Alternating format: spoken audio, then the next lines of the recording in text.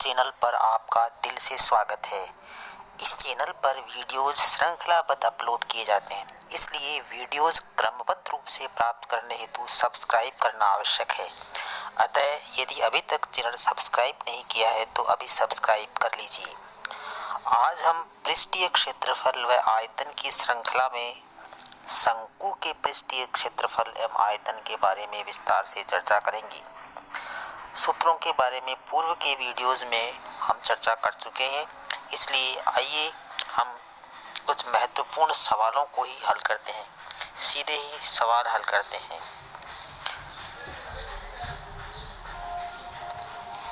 प्रश्न इस प्रकार से है, 14 सेमी भुजा के एक घन से बड़ा शंकु काटा जाता है।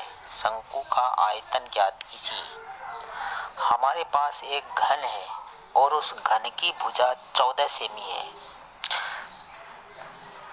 ये हमें दिया हुआ है। उसमें से एक शंकु, बड़े से बड़ा शंकु काटा जाता है। तो इसको हल करते हैं। हमें क्या ज्ञात करना है? जो बड़े से बड़ा शंकु काटा गया ना, उसका आयतन ज्ञात करना है। तो हमें चाहिए क्या?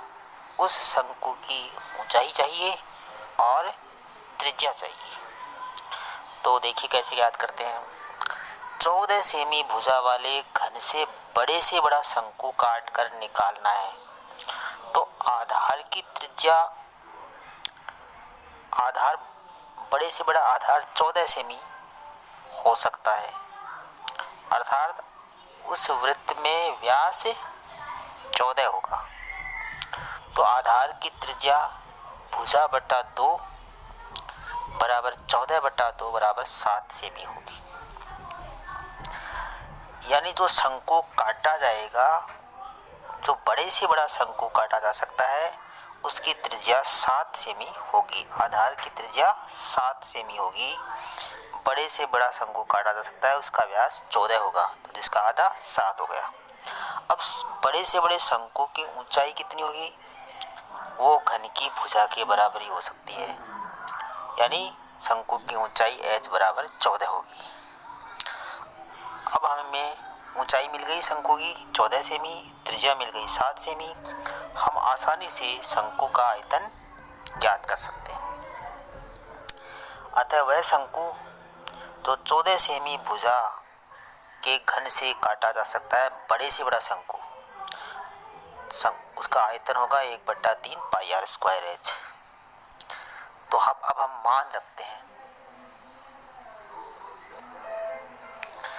शंकु का आयतन बराबर 1/3 पाई आर स्क्वायर एच बराबर 1/3 गुणा पाई का मान 22/7 गुणा आर का मान 7, आर स्क्वायर है इसलिए 7 स्क्वायर गुणा एच का मान 14, और इस तरह से ऊपर हो गया 22 गुणा 7 गुणा 7 गुणा 14 और नीचे हो गया 3 गुणा 7,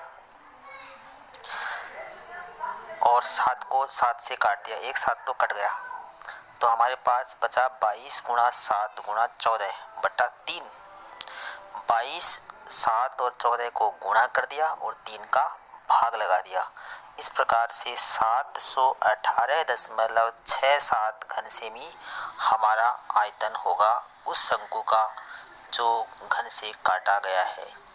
14 सेमी भुजा वाले घन से बड़े से बड़ा शंकु जो काटा जा सकता है, उसका आयतन 718.67 घन सेमी होगा। आइए एक प्रश्न और लेते हैं। शंकु के आधार की त्रिज्या और ऊंचाई क्रमशः 7 सेमी और 24 सेमी है। शंकु की तिरछी ऊंचाई, वक्र पृष्ठ का क्षेत्रफल, संपूर्ण पृष्ठीय क्षेत्रफल एवं आयतन ज्ञात कीजिए। इस प्रश्न में हमें शंकु के आधार की त्रिज्या दी हुई है r बराबर 7 सेमी, और उस शंकु की ऊंचाई दी है h बराबर 24 सेमी। दो चीज मालूम है हमें, एक तो त्रिज्या r 7 सेमी और ऊंचाई h 24 सेमी। हमें ज्ञात करनी है 4 बातें: शंकु की तिरछी ऊंचाई, वक्र पृष्ठ का क्षेत्रफल, संपूर्ण पृष्ठीय क्षेत्रफल तथा आयतन। एक एक कर याद करते हैं। तो सबसे पहले हम याद करते हैं शंकु की तिर्यक ऊंचाई L। शंकु की तिर्यक ऊंचाई L बराबर है √r² plus h square. r का मान 7 रख दिया तो 7 स्क्वायर हो गया, h का मान 24 स्क्वायर हो गया। 7 का स्क्वायर 49 और 24 का स्क्वायर 576, दोनों को जोड़ दिया तो 625 हो गया। तो L बराबर √625, अतः L बराबर 25 सेमी। इस शंकु की तिर्यक ऊंचाई हमें मिल गई 25 सेमी। अब हम शंकु का वक्र पृष्ठ का क्षेत्रफल ज्ञात करते हैं। शंकु का वक्र पृष्ठीय क्षेत्रफल होता है पाई आर एल। मान रख देते हैं, पाई का मान 22/7, आर का मान 7 और एल का मान 25, जो अभी हमने ज्ञात किया था। अब 7 से 7 तो कट गया तो 22 गुणा 25 बचा। इन दोनों का गुणा करने पर 550 वर्ग सेमी हमें उत्तर मिल गया शंकु का वक्र पृष्ठीय क्षेत्रफल।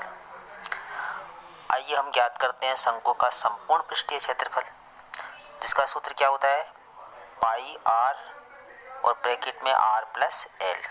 मान रखते हैं, पाई का मान 22/7, आर का मान 7 और ब्रैकेट में 7 प्लस 25। 7 से 7 को काट दिया तो 22 गुणा 7 और 25 32 हो गए। 22 और 32 को गुणा करने पर 704 वर्ग सेमी हमें मिल गया उत्तर। क्या? संपूर्ण पृष्ठीय क्षेत्रफल शंकु का। अब हम शंकु का आयतन ज्ञात करते हैं। शंकु का आयतन बराबर होता है 1/3 पाई आर स्क्वायर एच। हमारे यहाँ r 7 है और h 24 है। मान रखते हैं 1/3 गुणा 22/7 और r का मान 7, तो r स्क्वायर है इसलिए 7 गुणा 7 और h 24। एक 7 को काट दिया, 3 से 24 को काट दिया, 8 आ गया। तो हमारे पास क्या बच गया, 22 गुणा 7 गुणा 8। इन तीनों संख्याओं को गुणा करने पर 1232 घन सेमी गया, जो हमारी शंकु का आयतन है। इस प्रकार से हमने चारों बातें ज्ञात कर ली। बहुत ही आसान सूत्र में मान रखा और साधारण सा गुणा भाग करने पर हमें उत्तर मिल जाते हैं। आइए एक बहुत ही महत्वपूर्ण सवाल हल करते हैं, जो प्रतियोगी परीक्षाओं की दृष्टि से भी महत्वपूर्ण है और अन्य परीक्षाओं की दृष्टि से भी महत्वपूर्ण है। ध्यान से समझिए। प्रश्न ये है, एक त्रिज्य खंड की त्रिज्या 12 सेमी है और कोण 120 डिग्री है। इसकी सीधी कोरों को संपाती करके एक शंकु बनाया गया है। इस शंकु का आयतन ज्ञात कीजिए। ये हमारे पास प्रश्न है। हमारे पास एक त्रिज्य खंड है जिसकी त्रिज्या 12 सेमी है और त्रिज्य खंड के जो शीर्ष का कोण है 120 डिग्री है। ये दो चीजें हमें मालूम है, त्रिज्य खंड की त्रिज्या और कोण 120 डिग्री।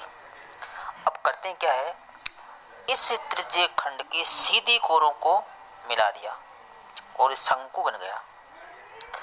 तो जो सीधी कोर है वो शंकु की ढालू लंबाई तिरछी लंबाई बन जाती है और नीचे जो आधार है,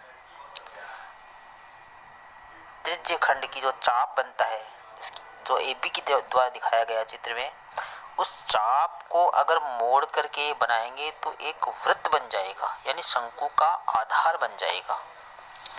तो हम क्या करेंगे, जो हमें चाप दिया हुआ है उसकी लंबाई ज्ञात करेंगे, AB की लंबाई ज्ञात कर लेंगे और इस AB को मोड़कर जब शंकु बनाएंगे तो वो शंकु का आधार बन जाएगा, यानी उस शंकु के आधार की परिधि हो जाएगी और उस परिधि से हम शंकु की त्रिज्या ज्ञात कर लेंगे और शंकु की तिर्यक ऊंचाई जो इसकी त्रिज्या है वही होगी।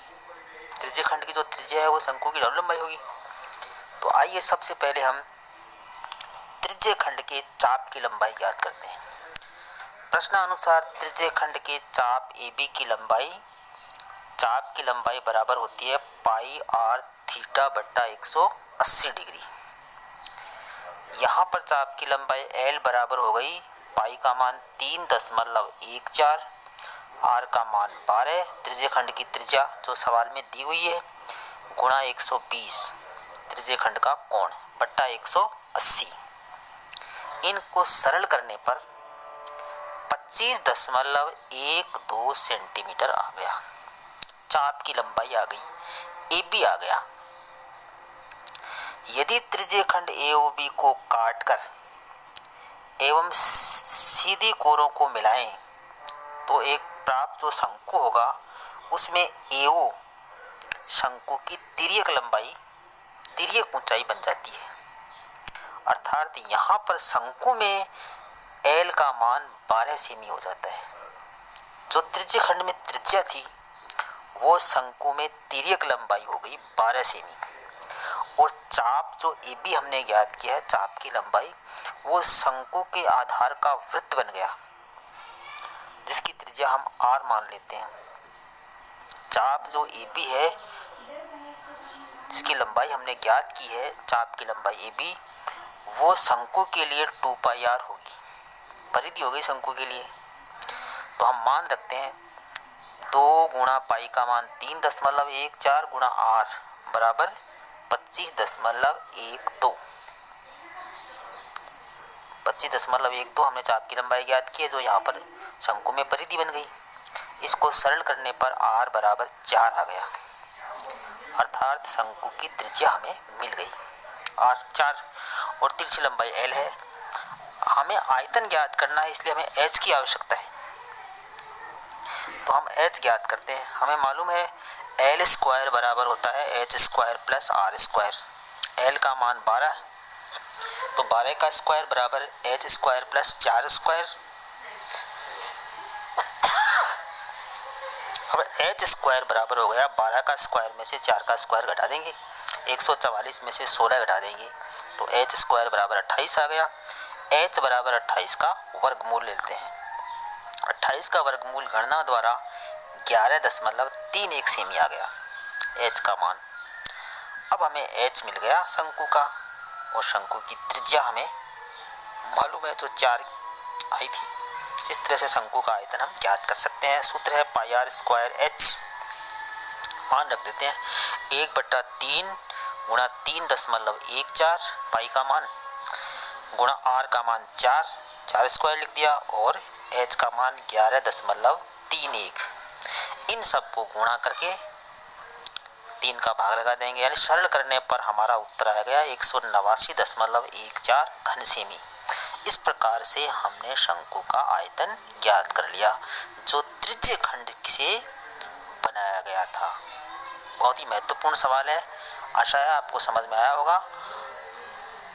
वीडियो को लाइक कीजिए, कमेंट कीजिए, अपने दोस्तों में शेयर कीजिए। चैनल को अभी सब्सक्राइब नहीं किया है तो सब्सक्राइब कर लीजिए। Thanks for watching.